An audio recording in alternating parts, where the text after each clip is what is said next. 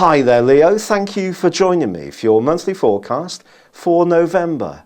The month begins with the Sun marooned in quite a quiet part of your scope, but Mercury is in a very vivacious sector and Venus is in an area which is very much to do with communication and connects in the first week with Uranus, suggesting that there can be some surprises, even if part of you would perhaps want to stay at home at times and just find some space for yourself, and you may do so.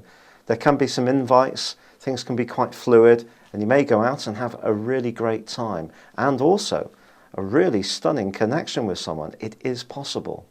Then on the 6th, Mercury starts to twist backwards. The suggestion here is that if you're someone who loves to tell jokes or send around those text message jokes, go careful.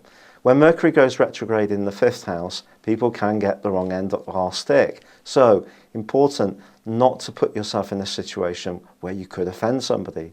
But equally, things can also stall a little bit socially. But then at the middle of the month, while Mercury does twist backwards even further and it retreats into Scorpio, joining up with the Sun, and then there's a solar eclipse at the heart of this month. The suggestion for me, therefore, is that some of the thinking that you've been having recently, more about the foundations of your world, about where you live and how you live there, or also about your deepest personal relationships, or your own relationship with yourself, that really comes under the astral microscope at that point. But then Mars moves, and Mars moves into an area which is very much to do with the ability to work hard, and it's going to give you quite a boost in terms of your physical energy.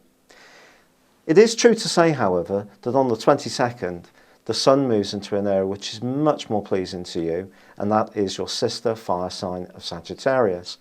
Suddenly you can feel more outgoing, but then Venus moves into a more ingoing zone. It replaces the Sun and goes side by side with Saturn.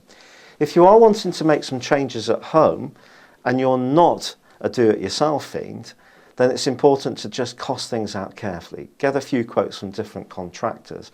If you're someone who is very handy in that regard, then you may find the drive to get something done, which is not only going to beautify your abode, but make it more functional too. But it also could lead to a bit of a stopping point around a close, intimate relationship. Even if you have been getting on at one level, if you're not finding it quite so easy to understand how one another ticks more emotionally, then it can be highlighted by that aspect. In the last week of this month, Mars then goes alongside Pluto.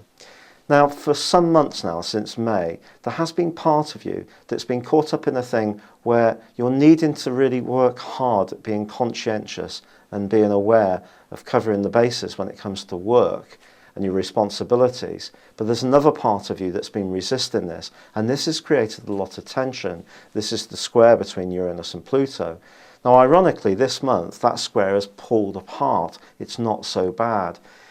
But what I would say is that as Mars and Pluto go side by side, if you feel that you're not making the progress that you should, or it always seems to be you who runs around after other people, sweeps up after their debris, your sense of resentment and frustration about this can be absolutely enormous, and that could boil over, and you may have to keep some kind of check on the more rational side of your nature to not let your emotions really get the better of you.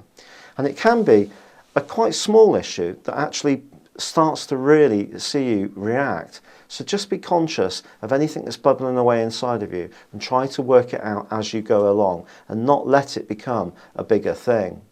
And yet by the end of the month, I do feel that the Christmas seasonal period will be starting to crank up its energies. And you may find that there are some invites coming in or parties to plan for. There may be even a function to go to before this month comes to a close. And you will have an opportunity to go out and join in, but there could be part of you that still really is wanting to stick nearer to home. Thank you for joining me. Good luck and goodbye for now.